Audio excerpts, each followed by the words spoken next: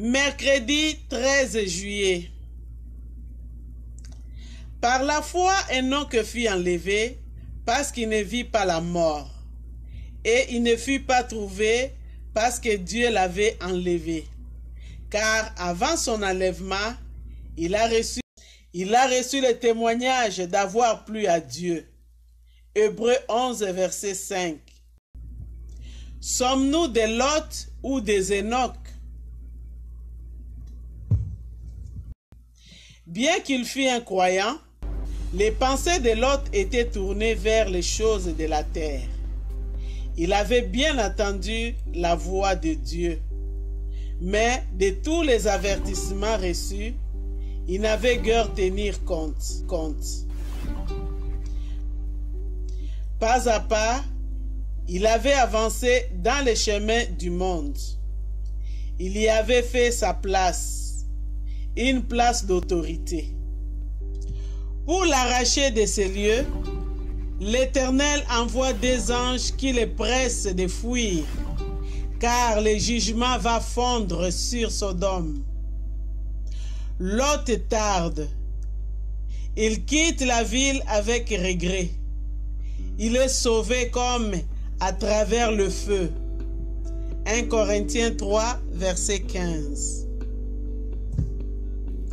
Bien des siècles avant la destruction de Sodome, alors qu'un autre jugement, le déluge, était préparé pour une humanité corrompue, les fidèles Enoch marchant avec Dieu 300 ans. Genèse 5, verset 22. Dans ce chemin, il approuva beaucoup de joie, et plus que cela, il réjouit le cœur de Dieu. Il a reçu le témoignage d'avoir plu à Dieu. Hébreux 11, verset 5. Puis Dieu les prit. Genèse 5, verset 24. Et nous, tandis que le tonnerre des jugements retentit dans les lointains, nous attendons le Seigneur. Lorsqu'il viendra, qui trouvera-t-il?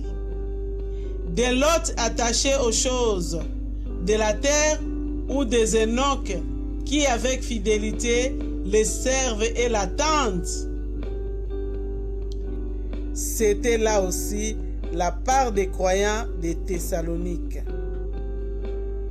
1 Thessaloniciens 1, versets 9 et 10.